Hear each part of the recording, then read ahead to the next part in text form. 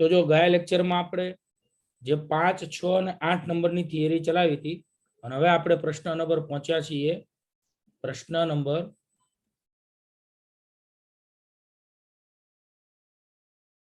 7. એના પહેલા કાલે જે આપણે ભણાવ્યું હતું એ બધાને આવડે છે? કોઈને કોઈ ડિફિકલ્ટીઝ એમાં? ના સર. ના સમજણ પડી હોય તો એવું હોય તો કહી દેજો. ઓકે, ચલો હવે અત્યારે ભણીએ. ધ્યાન આપજો. ગ્રહ કે તારાના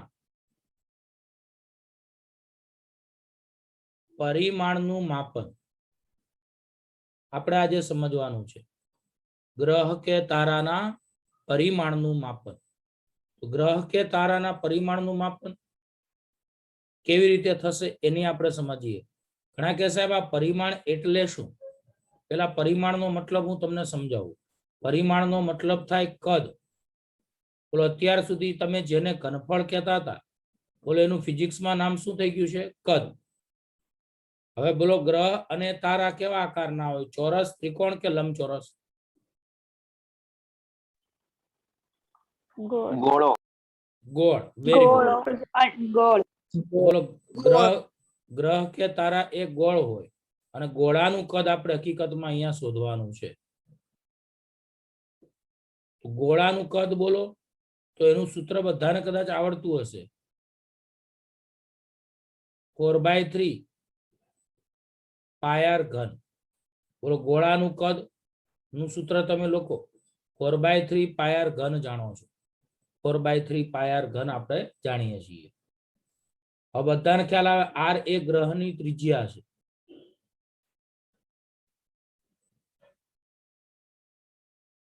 તો યાદ રાખજો, ગ્રહ કે તારાના પરિમાણનું આપણે માપન કરવું છે. તો પરિમાણ એટલે કદ થાય અને ગ્રહ અને તારા એ ગોળા જેવા હોય છે.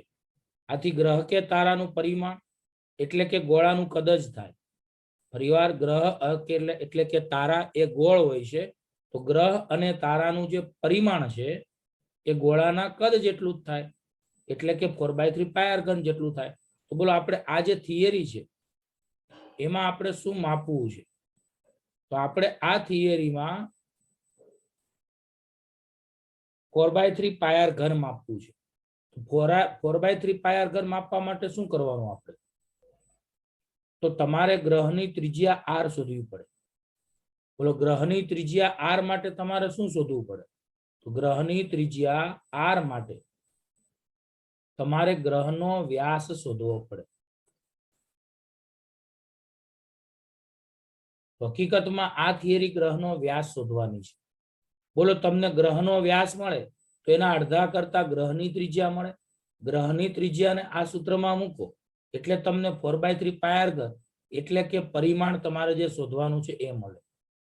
તો હકીકતમાં આ થિયરીમાં ગ્રહ કે તારાના પરિમાણનું માપન કરવાનું છે, પણ આપણે શોધીશું ગ્રહનો વ્યાસ. ગ્રહનો વ્યાસ મળશે આપણને, એના અડધા કરતા ગ્રહની ત્રિજ્યા મળે. ગ્રહની ત્રિજ્યા અહીંયા તમે મૂકો એટલે તમને અહીંયા ગ્રહનું કદ એટલે કે પરિમાણ મળે. તો બોલો આ થિયરીમાં તમારે હકીકતમાં કોણ શોધવાનું છે? બોલો તો. ગ્રહનો વ્યાસ.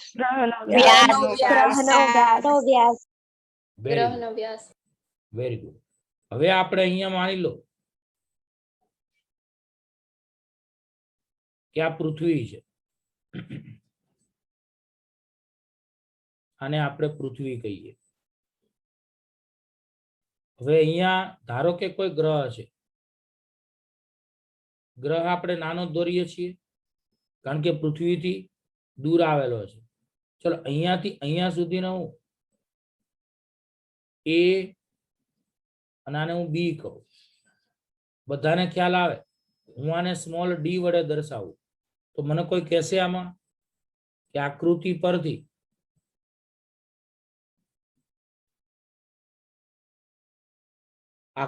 પરથી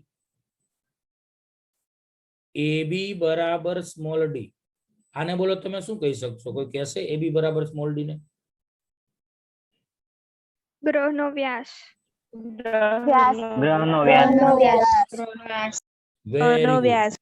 તો સ્મોલ ડી એટલે ગ્રહનો વ્યાસ, જે આપણે શોધવાનો છે. હવે અહીંયા ધ્યાન આપજો, માની લો કે અહીંયા કોઈ એક વ્યક્તિ ઊભી છે ટેલિસ્કોપ લઈને, તો આને કહેવાય અવલોકન સ્થાન.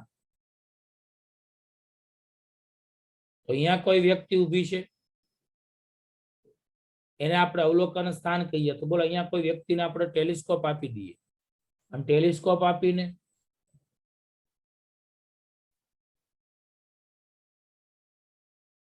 આ રીતે બે અવલોકન દિશાઓ આપણને મળશે. બોલો અહીંયા અવલોકન સ્થાન છે, અહીંયાથી કોઈ વ્યક્તિને ટેલિસ્કોપ આપવાનું, એટલે એ એકવાર ગ્રહના એક બાજુના વ્યાસના છેડા એને જોશે, અને બીજી બાજુ ગ્રહના બીજી બાજુના વ્યાસના છેડાને જોશે. એટલે આપણને બે અવલોકન દિશાઓ મળશે. અને બે અવલોકન દિશા વચ્ચેનો અહીંયા જે ખૂણો રચાય છે એનું નામ આલ્ફા છે. અને આ આલ્ફાને ગ્રહનો કોણીય વ્યાસ કહેવાય છે.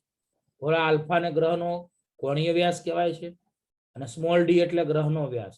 તો આ થોડો અલગ પ્રકારનો કિસ્સો છે, એટલે બરાબર સમજજો. તો બોલો આ જે તમને ખૂણો દેખાય છે, આ ખૂણો છે એને ગ્રહનો કોણીય વ્યાસ કહેવાય છે. એટલે બરાબર સમજવા પ્રયત્ન કરે. અહીંયા હું લખું છું કે આલ્ફા ઇઝ ઇક્વલ ટુ ગ્રહનો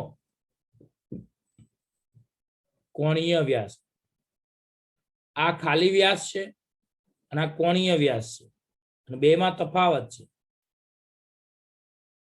તો ધ્યાન આપજો, ગ્રહનો જે કોણીય વ્યાસ છે એની વ્યાખ્યા તમે કહી શકો છો.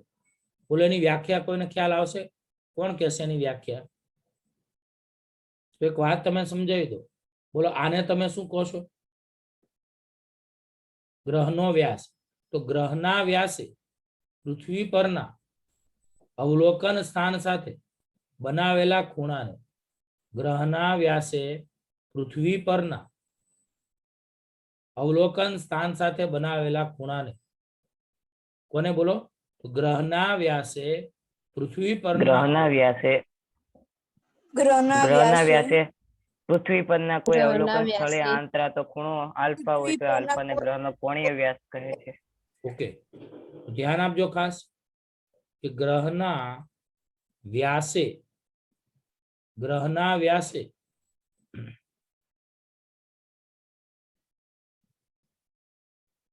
આ હેતલબેન અનિલ કુમાર એ મારું બીજું એકાઉન્ટ છે. પ્રશાંતભાઈ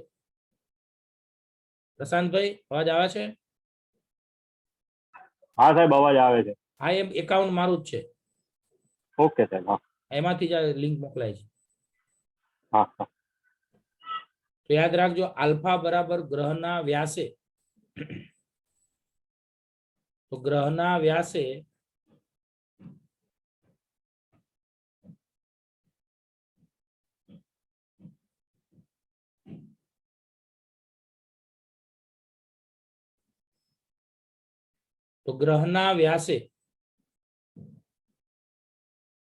પૃથ્વી પરના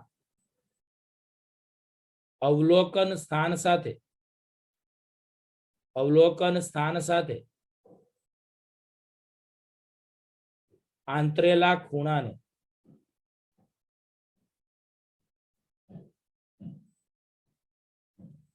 ગ્રહનો કોણીય વ્યાસ કહે છે. તો આ ખાસ યાદ રાખજો કે આકૃતિ ઉપરથી જ બધું સમજવાનું છે.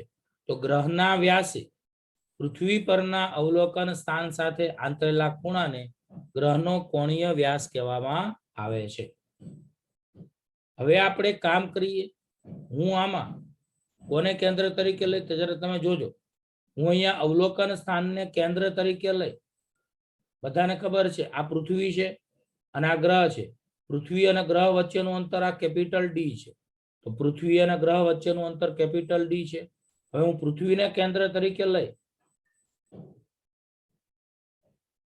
કેપિટલ ડી ત્રિજ્યાનું વર્તુળ દોરું. તો બોલો પૃથ્વીના અવલોકન સ્થાનને કેન્દ્ર તરીકે લઈ કેપિટલ ડી ત્રિજ્યાનું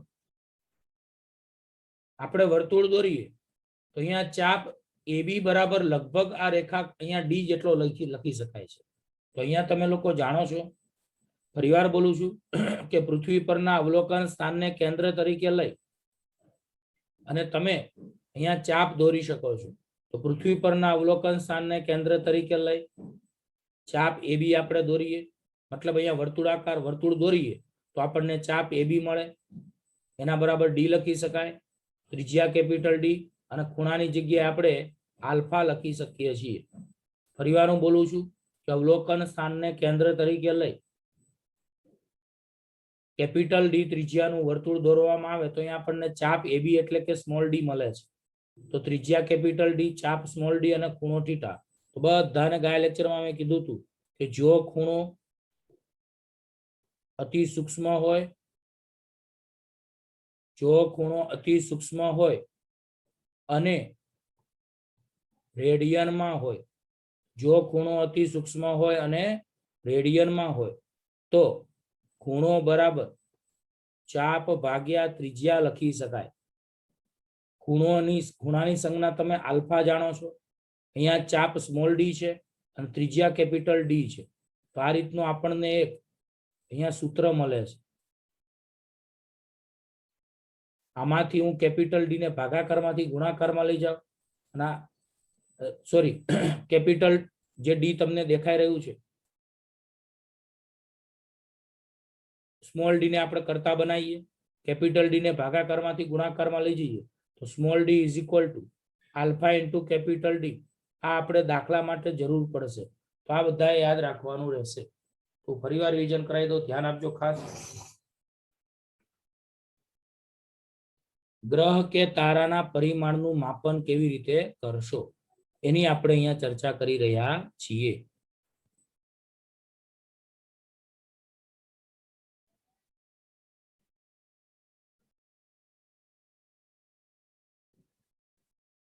તો ચલો ધ્યાન રાખજો. પ્રશ્ન 7, ગ્રહ કે તારાના પરિમાણનું માપન. તો ગ્રહ કે તારા ગોળાકાર આકારના હોય એટલે એનું પરિમાણનો મતલબ કદ થાય, કદનો મતલબ ઘનફળ થાય. પણ અત્યારે હવે આપણે ફિઝિક્સમાં ઘનફળનો ઉપયોગ કરીશું નહીં, ઘનફળની જગ્યાએ કદ જ બોલીશું. તો હું જ્યારે પણ કદ બોલું તો ઘનફળ સમજવું. ગોળાના કદનું સૂત્ર 4/3 પાયર ઘન. તો ગ્રહ કે તારાના પરિમાણનું માપન કરવું, ગ્રહ કે તારાના પરિમાણનું માપન કરવું એટલે ગ્રહનું કદ માપવું. કદ માપવું એટલે ગ્રહની ત્રિજ્યા માપવી. 4/3 પાયર ઘન માપવું એટલે ગ્રહની ત્રિજ્યા માપવી. ગ્રહની ત્રિજ્યા માપવી એટલે ગ્રહનો વ્યાસ માપવો. તો આ માટેની એક સરસ મજાની રીત છે કે પૃથ્વી તમે ધ્યાનમાં લો, એના ઉપર એક અવલોકન સ્થાનમાં ધ્યાનમાં લો. ગ્રહ તરીકે તમે કોઈ પણ ગ્રહને પસંદ કરી શકો છો, સૂર્ય કે ચંદ્રને પસંદ કરી શકો છો. હવે આપણે પૃથ્વી અવલોકન સ્થાન છે ત્યાંથી આપણે બે અવલોકન દિશાઓ મળશે. બે અવલોકન દિશાઓ વચ્ચેનો ખૂણો આપણને આલ્ફા મળશે. અહીંયા આપણે જોવા જઈએ તો આકૃતિ પરથી AB બરાબર સ્મોલ ડી બરાબર ગ્રહનો વ્યાસ, આલ્ફા બરાબર ગ્રહનો કોણીય વ્યાસ. અને આલ્ફાની વ્યાખ્યા ગ્રહના વ્યાસે પૃથ્વી પરના અવલોકન સ્થાન સાથે આંતરેલા ખૂણાને ગ્રહનો કોણીય વ્યાસ કહેવાય છે. અહીંયા આપણે ખૂણો અતિ સૂક્ષ્મ જ હશે અને યાદ રાખો એ રેડિયનમાં હશે. તો ખૂણો બરાબર ચાપ ભાગ્યા ત્રિજ્યા લખાશે. ખૂણો એટલે આલ્ફા, ચાપ એટલે સ્મોલ ડી, ત્રિજ્યા એટલે કેપિટલ ડી. તો અહીંયા સ્મોલ ડી ને કરતા બનાવો તો આલ્ફા ઇન્ટુ ડી મળશે. તો પ્રિય વિદ્યાર્થીઓ, આ 7મી થિયરી આપણે પૂરી કરી. 8મી થિયરી તો ગયા વખતે આપણે ચલાવી જ હતી. હવે આપણે 9મી થિયરીની ચર્ચા અહીંયા કરવા જઈ રહ્યા છીએ. બરાબર ધ્યાન આપજો.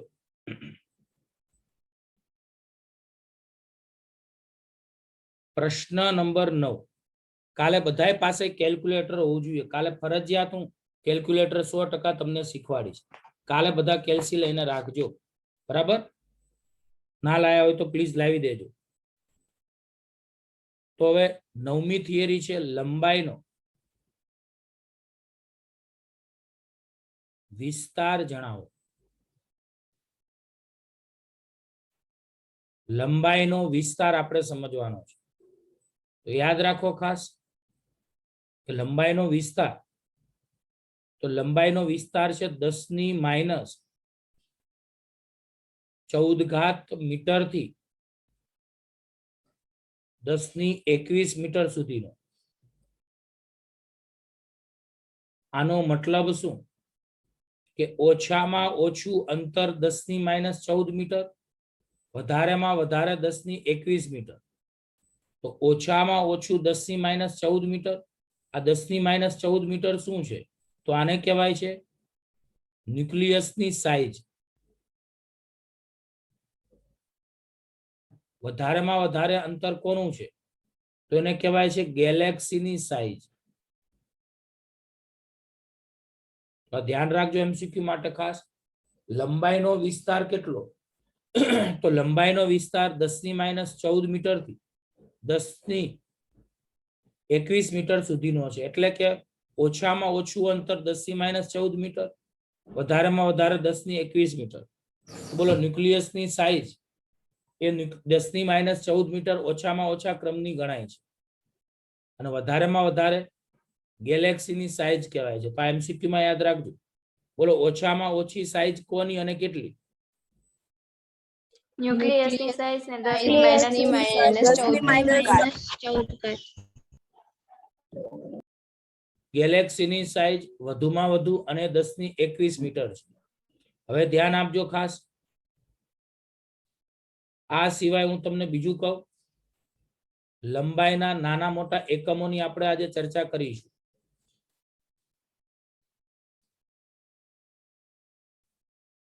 યાદ રાખજો ખાસ, લંબાઈના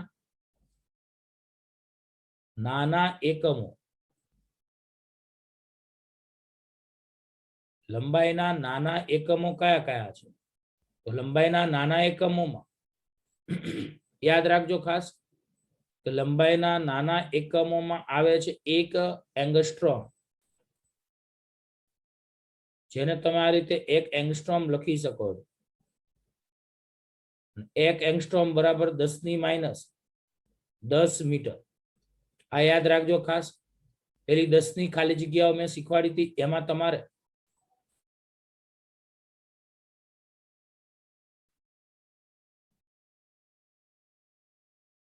જો કોઈને યાદ હોય તો 1 એંગસ્ટ્રોમ બરાબર એટલા તો છે જ.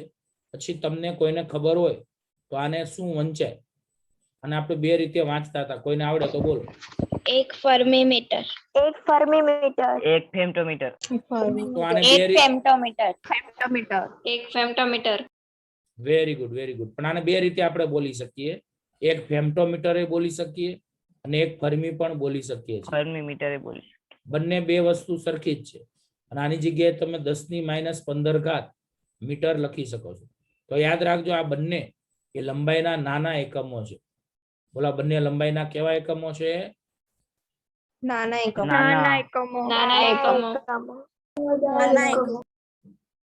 તો આ બંને લંબાઈના નાના એકમો છે. પણ હવે આપણે લંબાઈના મોટા એકમોની પણ ચર્ચા કરીએ. તો યાદ રાખજો ખાસ, લંબાઈના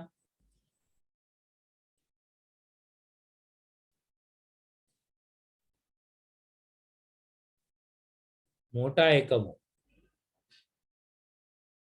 સૌથી પહેલા લંબાઈનો એક મોટો એકમ છે 1 AU.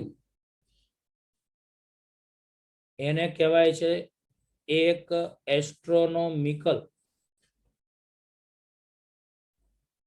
યુનિટ, જેની માપ છે 1.496 ગુણ્યા 10⁻11 મીટર. આ બધાએ માપ યાદ રાખવાનું છે. 1 એસ્ટ્રોનોમિકલ યુનિટ એ લંબાઈનો એક મોટો એકમ છે. ઘણા કે સાહેબ આની વ્યાખ્યા શું? તો યાદ રાખજો, આની વ્યાખ્યા આ રીતે છે. વ્યાખ્યા આ રીતે છે: સૂર્ય અને પૃથ્વી વચ્ચેના સરેરાશ અંતરને સૂર્ય અને પૃથ્વી વચ્ચેના સરેરાશ અંતરને 1 એસ્ટ્રોનોમિકલ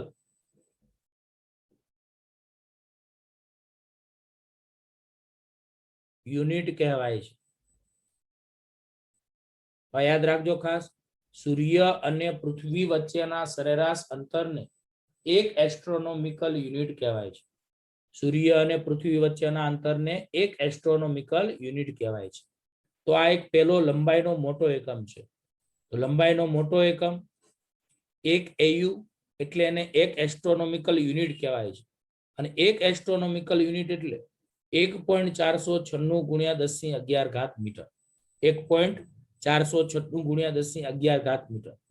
એની વ્યાખ્યા છે સૂર્ય અને પૃથ્વી વચ્ચેના સરેરાશ અંતરને. તો આ માની લો કે આ સૂર્ય છે, માની લો કે આ પૃથ્વી છે. સૂર્ય અને પૃથ્વી વચ્ચેનું જે સરેરાશ અંતર ગણાય છે એ સરેરાશ અંતરને એક એસ્ટ્રોનોમિકલ યુનિટ કહેવામાં આવે છે. હવે આપણે બીજા મોટા એકમની ચર્ચા કરીએ. તો બીજો એકમ છે 1 પ્રકાશ વર્ષ. 1 પ્રકાશ વર્ષ એને તમે 1 LY કહી શકો છો. 1 પ્રકાશ વર્ષનો મતલબ થાય 1 લાઇટ યર. લાઇટ યર ને બોલો શોર્ટકટમાં LY લખાય. શોર્ટકટમાં LY લખાય. આના બરાબર 9.46 ગુણ્યા 1015 મીટર લેવાય છે. ઘણીવાર તમે આને 9.5 ગુણ્યા 1015 પણ લઈ શકો છો. તો આપણે અત્યારે તો આટલા યાદ રાખીએ, 9.46 ગુણ્યા 1015 મીટર.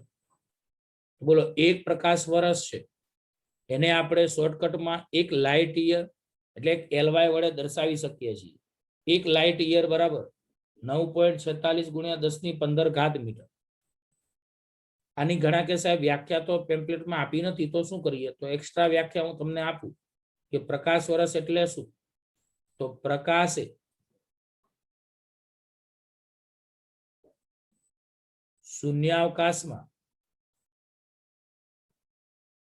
C બરાબર 3 ગુણ્યા 10⁸ આ પ્રકાશની શૂન્યાવકાશમાં ઝડપ છે.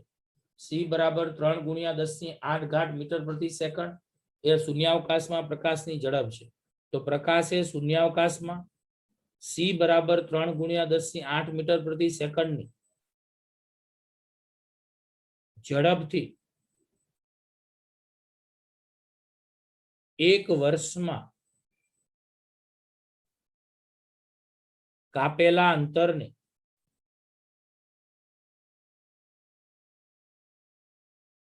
યાદ રાખજો, કાપેલા અંતરને 1 પ્રકાશ વર્ષ કહેવાય છે.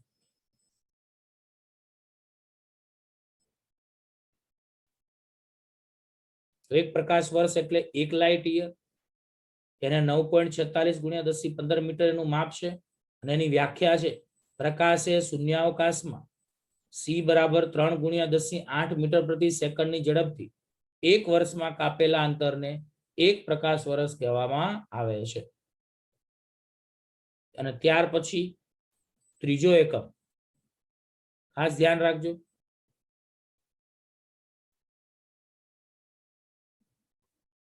1 પાર્સેક એને 1 PC વડે દર્શાવાય છે એની સંજ્ઞામાં. એના બરાબર છે 3.08 ગુણ્યા 1016 મીટર. આ પણ એક લંબાઈનો મોટો એકમ છે. તો ત્રીજો લંબાઈનો મોટો એકમ આપણને અહીંયા જોવા મળ્યો. હવે આની આપણે વ્યાખ્યા આપી હોય તો કેવી રીતે આપી શકીએ? તો આનું સાદુરૂપ તમને હાલ પૂરતું તમને સમજાવું છું, તો બરાબર ધ્યાન આપજો.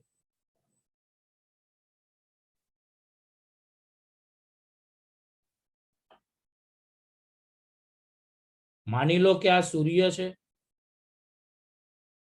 આ પૃથ્વી છે. ચલો મને કોઈ કહેશે સૂર્ય અને પૃથ્વી વચ્ચેના અંતરને આપણે શું કહીએ છીએ? Astronomical unit. Astronomical unit. Astronomical unit. તો સૂર્ય અને પૃથ્વી વચ્ચેના અંતરને આપણે એસ્ટ્રોનોમિકલ યુનિટ કહીએ છીએ. એમાં આપણે અહીંયા એક ખૂણો રચાય છે જેને 1 સેકન્ડ કહેવાય છે. તો કામ કરીએ આપણે આ પાર્સેક નું સમજાવી, પણ એના પહેલા આપણને તમને થોડુંક બીજું સમજાવી દઈએ બેઝિક. જે ખાસ અગત્યનું છે, એટલે બરાબર ધ્યાન આપજો.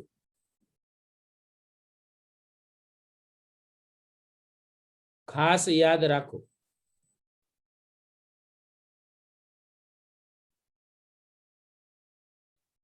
તો ધ્યાન આપજો.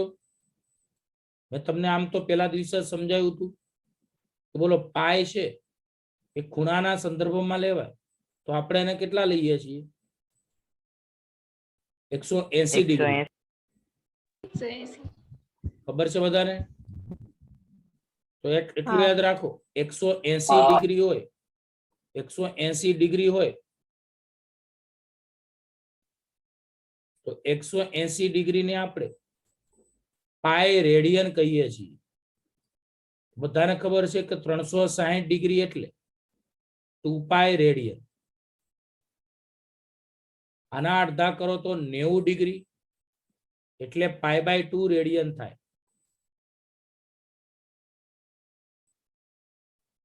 હજી તમે લોકો અહીંયા બધાને ખ્યાલ છે તેમ π/6 લખો. ઓલામાં પાયની જગ્યાએ તમારે કેટલા સમજવાના? 180. પાયની જગ્યાએ 180 સમજો તો 180 ભાગ્યા 6, તો 180 ભાગ્યા 6 બધાને ખ્યાલ હશે કેટલા થાય? 30. એ 60 ડિગ્રી હોય તો એને π/3 રેડિયન લખાય, અને 45 ડિગ્રી હોય તો એને તમે π/4 રેડિયન લખી શકો છો. ટૂંકમાં બધી જગ્યાએ તમારે પાય કેટલા સમજવાના? બધાને ખ્યાલ આવે? 180. અહીંયા 180 ગુણ્યા 2 એટલે 360. 180 બરાબર 180 ભાગ્યા 2 એટલે 90. 180 ભાગ્યા 6 એટલે 30. 180 ભાગ્યા 3 એટલે 60. 180 ભાગ્યા 4 એટલે 45. આ બધાને ખ્યાલ હશે ને હશે જ. બરાબર. બીજી એક વાત તમને ખાસ કહેવાની છે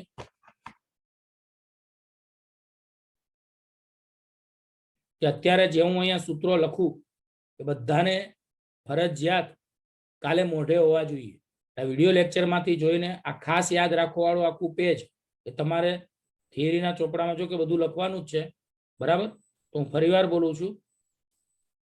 ચલો પેલા આનો સ્ક્રીનશોટ પાડી લો. લખી લીધું સર, પેલા લખાવ્યું. હા તમે પેલા લખાયેલું છે. સોરી. ઓકે. હવે આપણે થોડું કન્વર્જન શીખીએ. તો એક યાદ રાખજો. બોલો આવી રીતનું આવે તો એને આપણે ડિગ્રી અથવા અંશ વાંચીએ છીએ. એક ડેશ આવે તો એને આપણે મિનિટ અથવા કળા વાંચીએ છીએ, અને 2 ડેશ આવે તો એને આપણે સેકન્ડ અથવા વી કળા વાંચીએ છીએ. આ ખાસ યાદ રાખજો. ડિગ્રી આવે તો એને આપણે અંશ અથવા ડિગ્રી, આ રીતે ડિગ્રી અથવા અંશ વંચાય. 1 ડેશ આવે તો એને મિનિટ અથવા કળા વંચાય. ડબલ ડેશ આવે તો સેકન્ડ વંચાય. હવે એક યાદ રાખજો, આપણી પાસે એક સૂત્ર છે. આમ તો મેં ગયા લેક્ચરમાં તમને મતલબ આગળ કીધેલું હતું, કોઈને યાદ હોય તો. 1 ડિગ્રી બરાબર π/180 રેડિયન. બીજું 1 ડિગ્રી બરાબર 60 મિનિટ. ત્રીજું 1 ડિગ્રી બરાબર 1 સેકન્ડ બરાબર, આ તો બધાને ખબર જ છે, 1 મિનિટ બરાબર 60 સેકન્ડ. ટૂંકમાં 1 ડેશ હોય એને શું બોલાય? મિનિટ. અને 2 ડેશ હોય એને શું બોલાય? સેકન્ડ. હવે યાદ રાખજો ખાસ, 1 ડિગ્રીની 60 મિનિટ હોય અને 1 મિનિટની 60 સેકન્ડ હોય, તો તમે 1 ડિગ્રીની 60 ગુણ્યા 60 એટલે 3600 સેકન્ડ લખી શકો. આ ખાસ યાદ રાખજો. તો બધાને અત્યારે જે હું કહું છું યાદ હોવું જોઈએ ખાસ.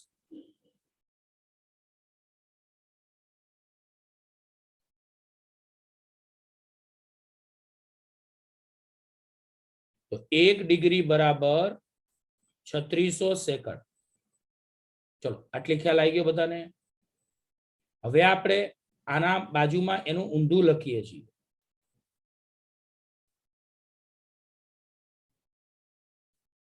એ પણ ખાસ સમજો તમે.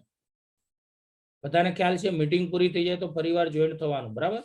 ચલો હવે મને કહો, આમાં તમે લોકો આનાથી ઉલટું કરશો તો શું થશે?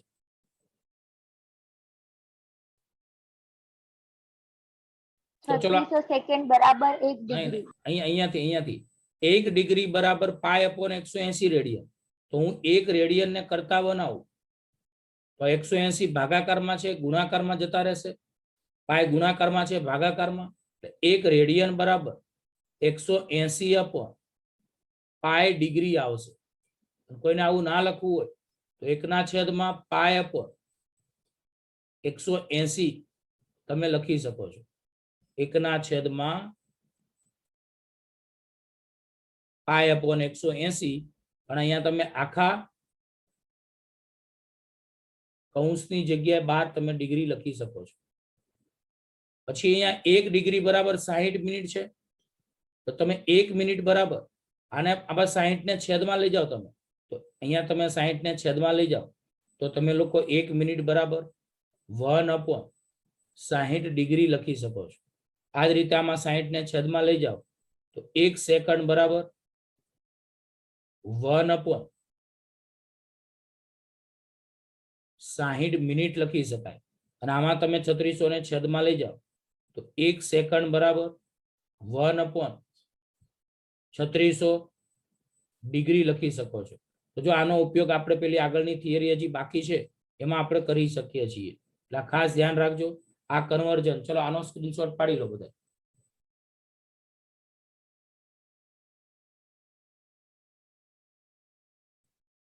જો કે વિડિયો લેક્ચરમાં જોઈને તમે સાદુરૂપ આપી શકો છો. સર 1 સેકન્ડ આવે 1 મિનિટ ના આવે એ જગ્યાએ ત્રીજા સૂત્રમાં. ત્રીજા સૂત્રમાં તું જો ને, તું વિચારતો આ બાજુ સેકન્ડ છે ને આ બાજુ મિનિટ છે. 1 મિનિટ બરાબર 60 સેકન્ડ. તો 60 ને છેદમાં લઈ જાઓ તો 1 સેકન્ડ બરાબર કેટલા થાય? 1/60 મિનિટ થાય કે ના થાય? હા બરાબર, બધું સાચું જ છે. ફરીવાર હું જો આટલું રિવિઝન કરાવી દઉં, ફરીવાર જોઈન્ટ થજો. હમણાં મીટિંગ પતવા જાય છે તો ધ્યાન રાખજો ખાસ. આને ખાસ ધ્યાન રાખજો. અહીંયા તમે લોકો આને ડિગ્રી એટલે કે અંશ બોલાય, આને મિનિટ એટલે કે કળા બોલાય, અને સેકન્ડ એટલે કે વી કળા બોલાય. જો આ સૂત્રો બધાએ ખાસ કાલે મારે મોઢે જોઈએ, હું કોઈ પણ ને પૂછીશ અને મોઢે જ બોલવાના છે. બોલો 1 ડિગ્રી બરાબર π/180 રેડિયન. 180 ભાગાકારમાં છે, એના બાજુ ગુણાકારમાં લઈ જાઓ, પાઈ ને નીચે લાવો તો 1 રેડિયન બરાબર 180/π ડિગ્રી એટલે કે 1/π/180 ડિગ્રી થશે. 1 ડિગ્રી બરાબર 60 મિનિટ. તો એના ઊંધા કરવા હોય તો 1 મિનિટ બરાબર 1/60 ડિગ્રી. 1 મિનિટ બરાબર 60 સેકન્ડ. તો અહીંયા તમે 1 સેકન્ડ બરાબર 1/60 મિનિટ બોલી શકો છો. અને 1 ડિગ્રી બરાબર 3600 સેકન્ડ. તો અહીંયા 1 સેકન્ડ બરાબર 1/3600 ડિગ્રી બોલી શકો છો. બોલો આટલી ખબર પડી બધાને? સર હા, હા અવાજ આવે છે બધાને? હા બોલ. હા હા. કોને સવાલ છે બોલો તો? સર 1 ડિગ્રી બરાબર 3600 સેકન્ડ કઈ રીતના થાય? એક અહીંયા તમે ધ્યાન રાખો, જો 1 ડિગ્રીની 60 મિનિટ અને 1 મિનિટની 60 સેકન્ડ. તો મને કહો 60 મિનિટની કેટલી સેકન્ડ થાય? સાહેબ વાપરવાના છે આ બધી 3600. ભાઈ માઇક બંધ રાખો બધાય. ચોખ્ખે ચોખ્ખું વસ્તુ તમને દેખાય છે કે 1 ડિગ્રી તમને જે દેખાય છે 1 ડિગ્રીની 60 મિનિટ. તો 1 મિનિટની 60 સેકન્ડ છે. તો 60 મિનિટની સેકન્ડ કેટલી થાય? 60 ગુણ્યા 60 એટલે અહીંયા 3600 આવે. ખબર પડી? ખબર પડી ભાઈ બાળક? હા હા બસ ઓકે. ચલો હવે બધા ખાસ ધ્યાન રાખજો.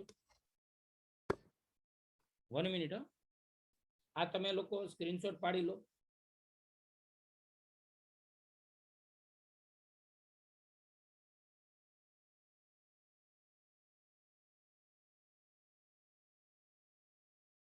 તો ચલો સ્ક્રીનશોટ પાડી લીધો. હવે બધા ધ્યાન રાખજો ખાસ. હવે આપણે જે ઉપરનું બાકી હતું એની આપણે ચર્ચા કરીએ.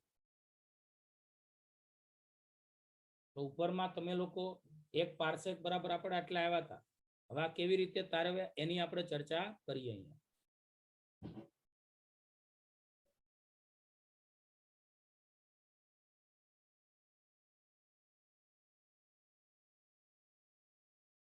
તો અહીંયા જરા ધ્યાન આપો. બોલો આટલું યાદ રાખો કે આ જે અંતર છે એને આપણે 1 પાર્સેક કહેવાના છીએ. તો આની વ્યાખ્યા આ રીતે અપાય કે 1 એસ્ટ્રોનોમિકલ યુનિટ જેટલા અંતર વડે 1 એસ્ટ્રોનોમિકલ યુનિટ જેટલા અંતર વડે જે અંતર માટે રચાતો ખૂણો 1 સેકન્ડ હોય. આની વ્યાખ્યા આ રીતે અપાય છે.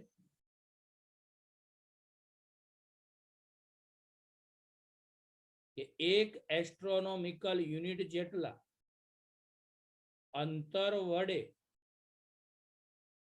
જે અંતર માટે રચાતો ખૂણો એટલે કે કોણ 1 સેકન્ડ હોય તે અંતરને 1 પાર્સેક કહેવાય છે. તો બરાબર ધ્યાન આપજો ફરીવાર. 1 પાર્સેક એટલે શું? તો એક આકૃતિ તમને સ્પષ્ટપણે દેખાઈ રહી છે. તો 1 એસ્ટ્રોનોમિકલ યુનિટ જેટલા અંતર વડે જે અંતર માટે રચાતો કોણ 1 સેકન્ડ હોય તે અંતરને 1 પાર્સેક કહેવાય છે. હવે પાર્સેક શોધાય કેવી રીતે? તો યાદ રાખજો, આને તમે ખૂણો કહી શકો છો, આને તમે ચાપ કહી શકો છો અને આને તમે ત્રિજ્યા કહી શકો છો. તો યાદ રાખજો આપણે ત્રિજ્યા શોધવાની છે. તો તમે અહીંયા ખૂણો બરાબર ચાપ ભાગ્યા ત્રિજ્યા લખી શકો છો. તો બોલો ખૂણો બરાબર ચાપ ભાગ્યા ત્રિજ્યા. હું ત્રિજ્યાને ભાગાકારમાંથી ગુણાકારમાં લઈ જાઉં, ખૂણાને છેદમાં લઈ જાઉં. તો આપણે ત્રિજ્યા એટલે 1 પાર્સેક જે આપણે શોધવાનું છે. તો બોલો ત્રિજ્યા બરાબર ચાપ ભાગ્યા ખૂણો. ત્રિજ્યા બરાબર ચાપ ભાગ્યા ખૂણો. બધાને ખ્યાલ આવે છે કે અહીંયા ચાપની જગ્યાએ આપણે 1 એસ્ટ્રોનોમિકલ યુનિટ લખી શકીએ અને ખૂણાની જગ્યાએ 1 સેકન્ડ લખી શકાય. હવે 1 એસ્ટ્રોનોમિકલ યુનિટ છે એની કિંમત છે 1.496 ગુણ્યા 1.496 ગુણ્યા 10 ની આપણે કેટલી જાણીએ છીએ? 11 ઘાત. અને 1 સેકન્ડ છે એને આપણે રેડિયનમાં ફેરવવા હોય તો તમારે 1 સેકન્ડની જગ્યાએ શું કરવું પડે?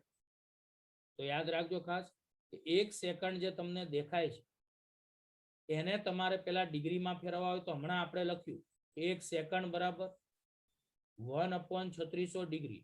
હું અહીંયા સાઈડમાં લખી રાખું છું આ બોક્સમાં. 1 સેકન્ડ બરાબર 1/3600 ડિગ્રી.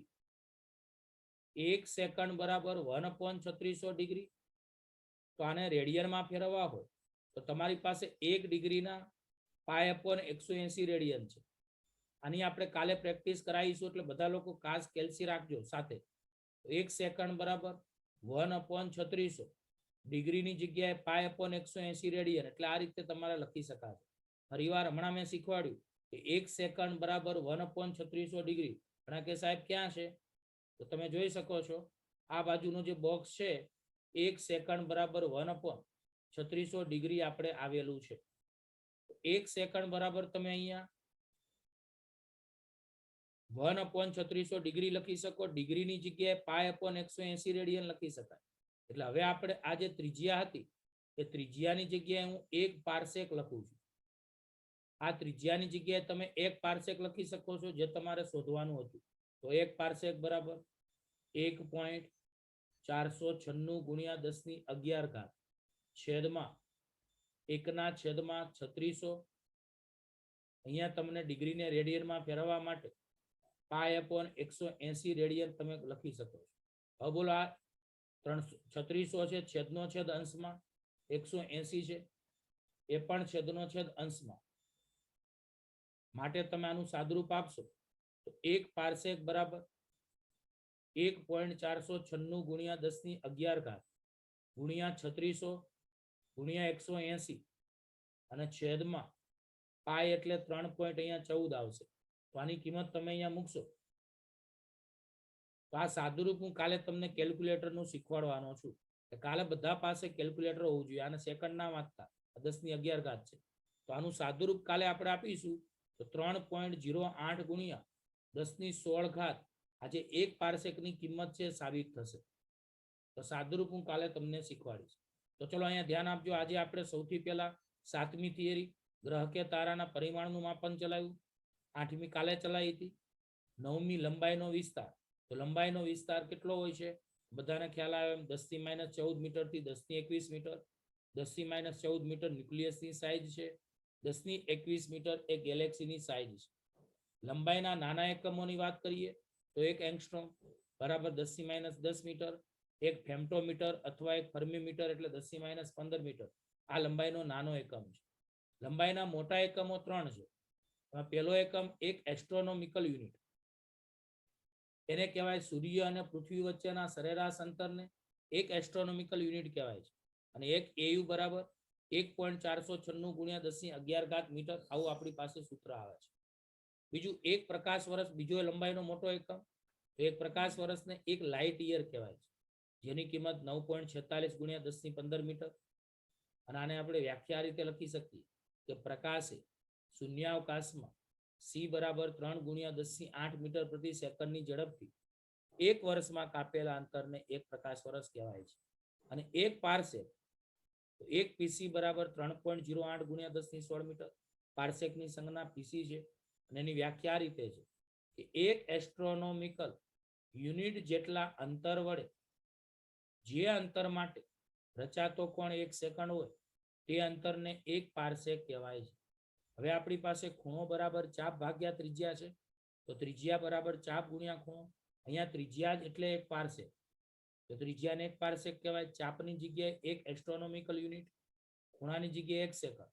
એક એસ્ટ્રોનોમિકલ યુનિટ એટલે 1.496 ગુણ્યા 10⁻11 અને 1 સેકન્ડ એટલે 1/3600 ડિગ્રી.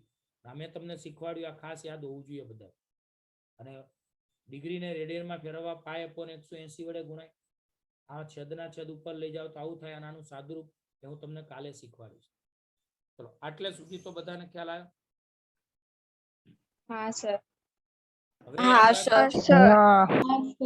હા સર.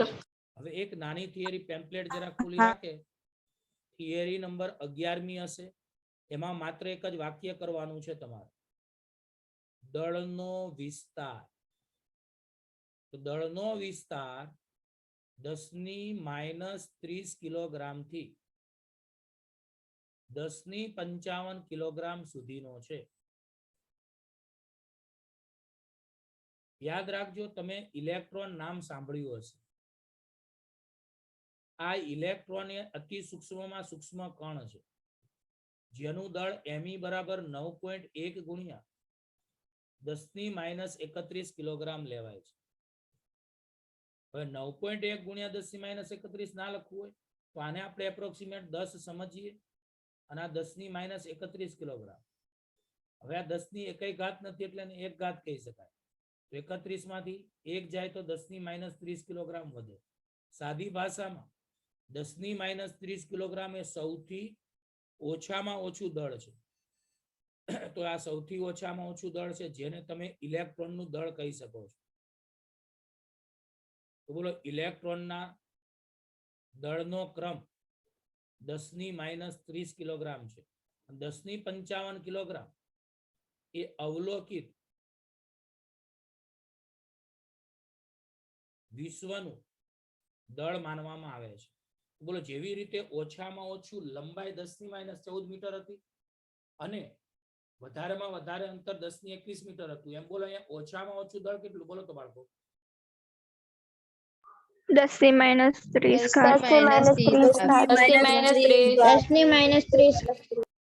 જે ઇલેક્ટ્રોનના દળનો ક્રમ લેવાય છે અને 10⁻55 કિલોગ્રામે અવલોકિત વિશ્વનું દળ લેવાય છે. તો આ બધા યાદ રાખવાનું છે. તો જો આપણે 1 થી 11 થિયરી પૂરી, એમાં આપણે 10મી થિયરી બાકી છે. કઈ થિયરી બાકી છે? દસમી થિયરી. હવે દરેક જણ જુઓ, તમને લોકોને થિયરીના પેમ્પલેટમાં કોષ્ટકો દેખાતા હશે. એમાંનું એક કોષ્ટક તમને 9મી થિયરીમાં આપેલું છે. જુઓ બધા દેખાય છે 9મી થિયરીમાં?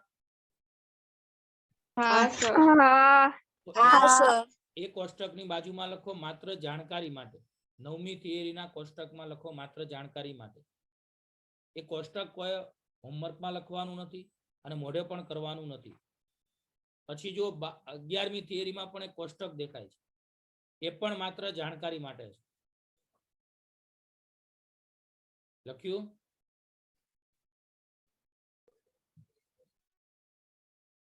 અને 12મી થિયરી બધા લોકોએ હોમવર્કમાં કરવાની નથી. એ 12મી થિયરી જે છે એમાં તમારે જો એવું લખ્યું છે સમયનું માપન.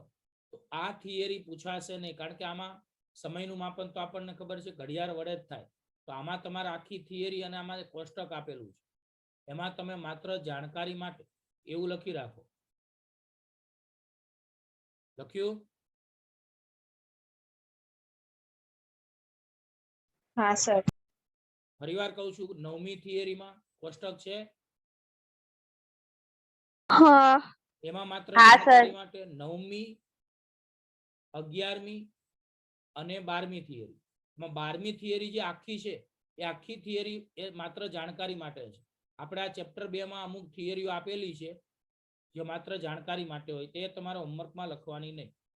તો આમાં તમારે જે માત્ર જાણકારી માટે છે, બરાબર, 9મી થિયરીમાં કોષ્ટક માત્ર જાણકારી માટે, 11મી થિયરીમાં કોષ્ટક માત્ર જાણકારી માટે, 12મી થિયરીની આખી થિયરી અને કોષ્ટક માત્ર જાણકારી માટે એવું લખી રાખો.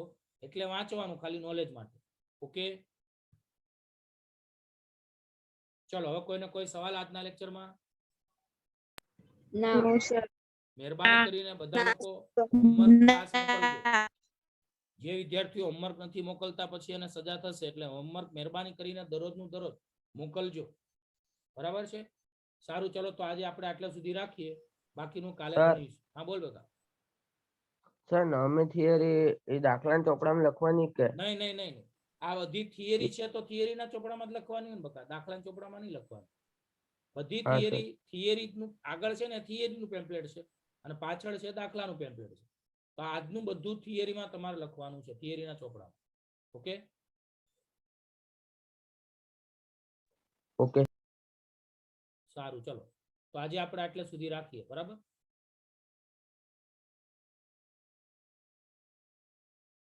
લેફ્ટ થઈ શકો છો તમે.